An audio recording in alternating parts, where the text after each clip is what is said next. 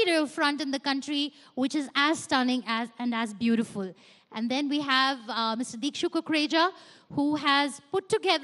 who's got the daunting task of putting together a plan for Ayodhya. Dikshu, thank you so much for joining us. Mr. Verma, a pleasure to have you here with us. Dikshu, it is Ram Navami today, and we heard the minister. I think he set a deadline for you. Not on the temple, but on the city of Ayodhya. And you've worked on the master plan for Ayodhya. Why don't you share with everyone here and all our viewers who've logged on today to watch you, tell us about the plan. What do you have planned for Ayodhya city? So, thank you for having me here. And yes, it's a very auspicious day that we are discussing, or you posed the question on Ayodhya. Of course, that's been a joint effort with a consortium where we've been involved along with Lee Associates and as well as L&T Infrastructure. And I think the important thing here is when we talk about rising India and the urban renewal that is going on, Ayodhya is obviously a city which has deep significance, not just across India or for Indians, but all over the world. And I think the transformation that is taking place there has been about being able to retain its identity, its sanctity, its historical and cultural significance, and building on it, just like the Honorable Minister spoke right now. You know, it's very easy to start looking at things with carte blanche and thinking that you need to build something completely new. But I think it's far more complex and far more responsible to take the heritage that we have inherited and from there on build what we today talk about world-class urban development. So the process of creating the master plan for Ayodhya has been precisely that, whether it's the Saryu riverfront development, whether it's about bringing 21st century infrastructure like modern airports, railway stations, and other means of transportation, or it's about reviving the old town. Because, you know, today, we need to preserve our heritage, but we also need to strengthen it, because you don't want buildings which start falling apart. So just and like you also don't want glass-fronted buildings in Ayodhya. No, certainly not. Right. Certainly not. So I hope that's not happening. That's not happening for sure. All right. Thank you very much, Dikshu, for that. Let me bring in Mr. Verma. Mr. Verma, Sabarmati was a dead river, and you revived it. It used to stink, and as you were explaining to me that the back of the houses were facing the river. You turned it around. 13,000 families were relocated in the process, and all of that happened what seems like very seamlessly, without controversy, without environmental groups coming forward and protesting. How did you manage it? देखिए, मैं पहले तो आपको बता दूं, मैं municipal commissioner था जिस ज़माने में, माफ़ कीजिएगा, थोड़ा मन चाह रहा है, मैं लखनऊ से हूँ, तो मैंने कहा थोड़ा डिफरेंट तरीके से बात करूँ, नहीं तो मैंने परमिशन ली है, थोड़ी बात उर्दू में भी कर सकता हूँ. तो पहले तो मैं म्युनिसिपल कमिश्नर था. I had left for the world bank after creating the company, the Sabarmati river front. And then our Honorable Prime Minister picked it up in 2004, and by 2012, they had converted it. Now the issue is कि Sabarmati जो है, it is not a perennial river, it's a monsoon-fed river. तो वो रुकती है और वो एक तरीक़े का तालाब बन जाती है. तो उसको साफ रखना is a big challenge, you know. And when I had taken over as chairman in, I think, 2018, so it had 0% of oxygen and COD, BODs बहुत आई था. I can say, अभी ऐसा नहीं है कि कोई जाके उसमें swim कर ले, but definitely now we have about 8% oxygen. Ji. We have a much better quality of water, and you'll be surprised to see that about 120 species of birds have come back. Wow. To the Sabarmati this thing. देखिए, हमें और कोई certificate दे या ना दे, मैं खुद conservation में हूँ, तो मुझे बड़ा अच्छा लगता है कि एकदम से कमरे से बाहर देख रहे हैं, and a whole fleet of cormorants are kind of skipping the water and they're going across. So बना है, it's absolutely, in a way, a miracle of political tenacity and vision. और किस तरीके से 13,000 लोगों को मैं आज पूछ रहा था लोगों से कि कैसे किया. 13,000 families को rehabilitate करना. जी. In a very, in a manner in which everyone felt that it brought value to them and reduced their vulnerability.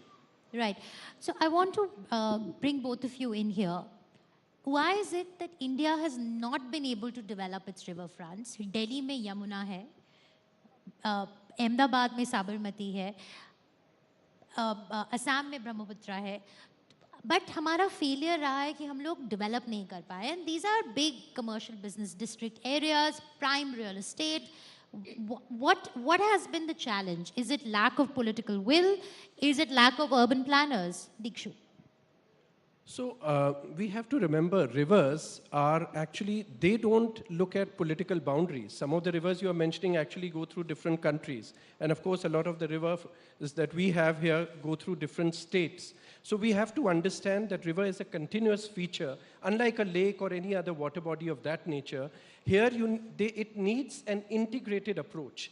Because if one part of the river is being looked after, but in another segment, you start discharging waste into it, you cannot have a clean river. So I know now policies are coming into place where not only about riverfront development, but you're looking at it as a mode of transport with inland waterways, etc. Right. But definitely I feel that river is one feature in a city which can actually become the spine of the city rather than a backyard. Right. So for that, you need an integrated riverfront development, but you also need an integrated water management policy towards that river. Right. Keshavji, yes, please do come in on this. देखिए, हिंदुस्तान में अच्छे planners की कमी नहीं है, बैठे हमारे बगल में.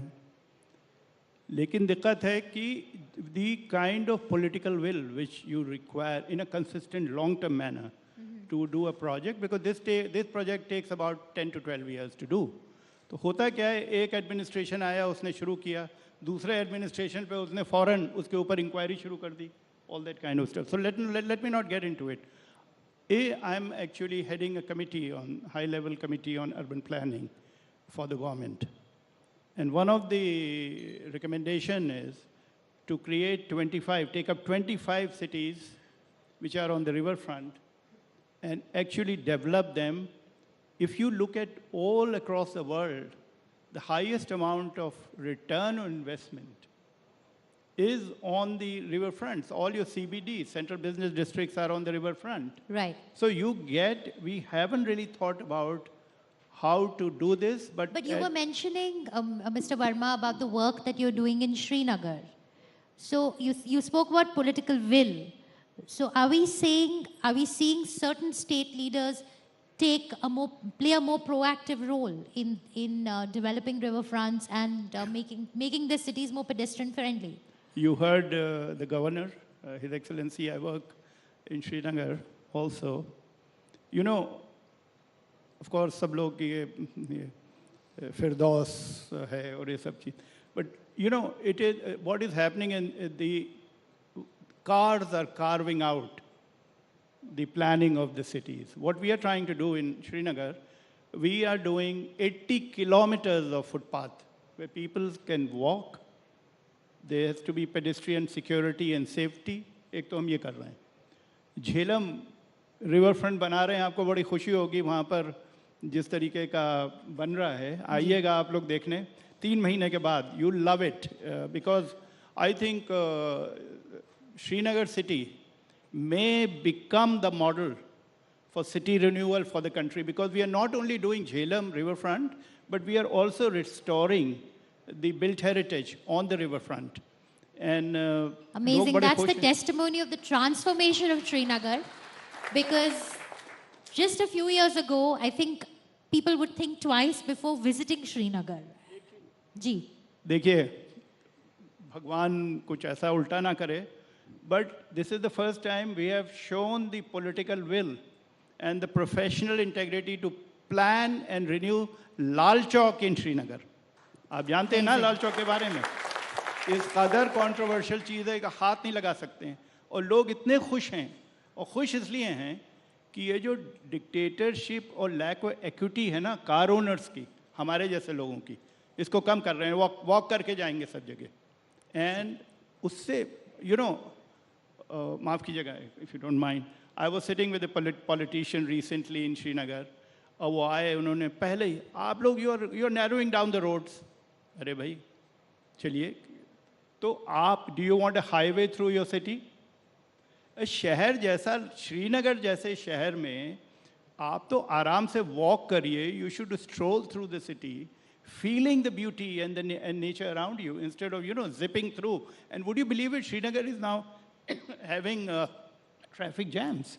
तो हमको तो बड़ा डिफरेंट तरीके से सोचना पड़ेगा कैसे शहरों को डेवलप करना है. Dikshu, I want to bring you in here.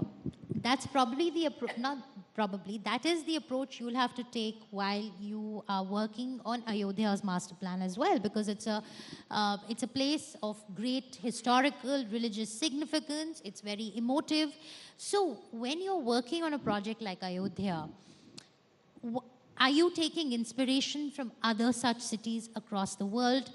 What is it that you're putting into that city while you're planning it? So I would say it's not just about Ayodhya, because there are so many cities in our country which have, in varying degrees, historical significance or cultural significance or natural significance.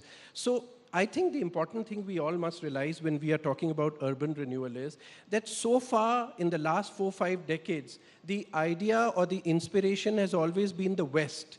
We look at what Western cities have done, whether it is the fascination with the car, and therefore we keep creating, like Mr. Verma has just talked about, highways running through the city, or lots of roads. We talk about how many kilometers of roads we are building every day in the country.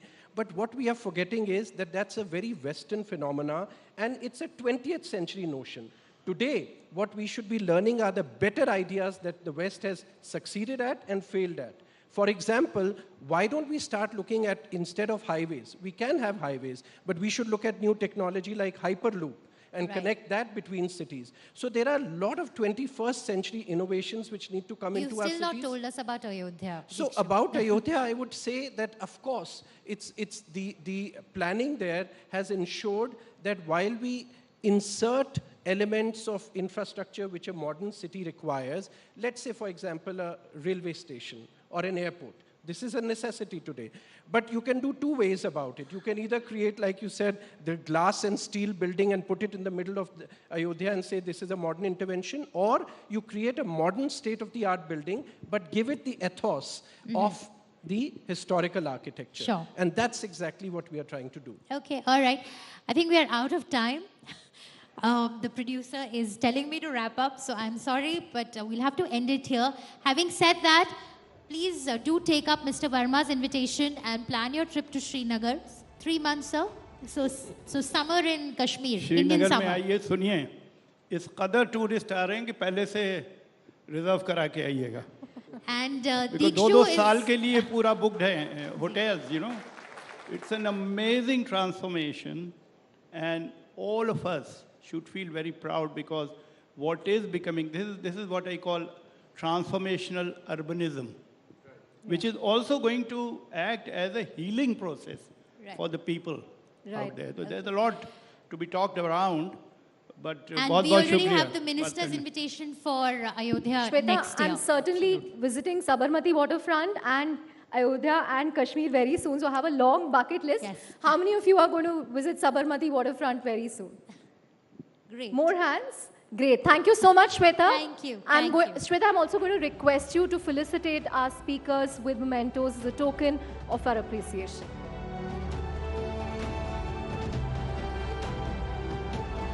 Huge round of applause, everyone.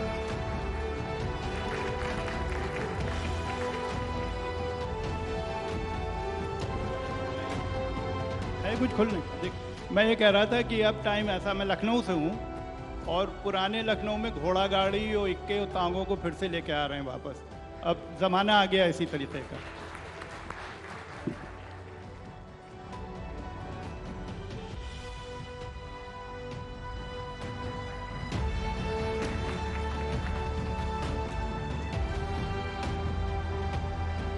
Thank you very much, and thank you, Shweta, for moderating that wonderful discussion.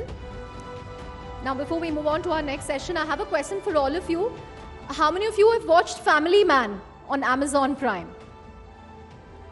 Great, almost the entire room. So I'm very excited to present the next session with a person who's known for his acting chops and for his simplicity. The Indian film industry is now a global phenomenon driven by a new class of filmmakers and actors willing to take the road less traveled. Please welcome Manoj Bajpayee for a conversation with Pradeep Gandhi on Acting Ka King Kaun. A huge round of applause for Manoj Bajpayee.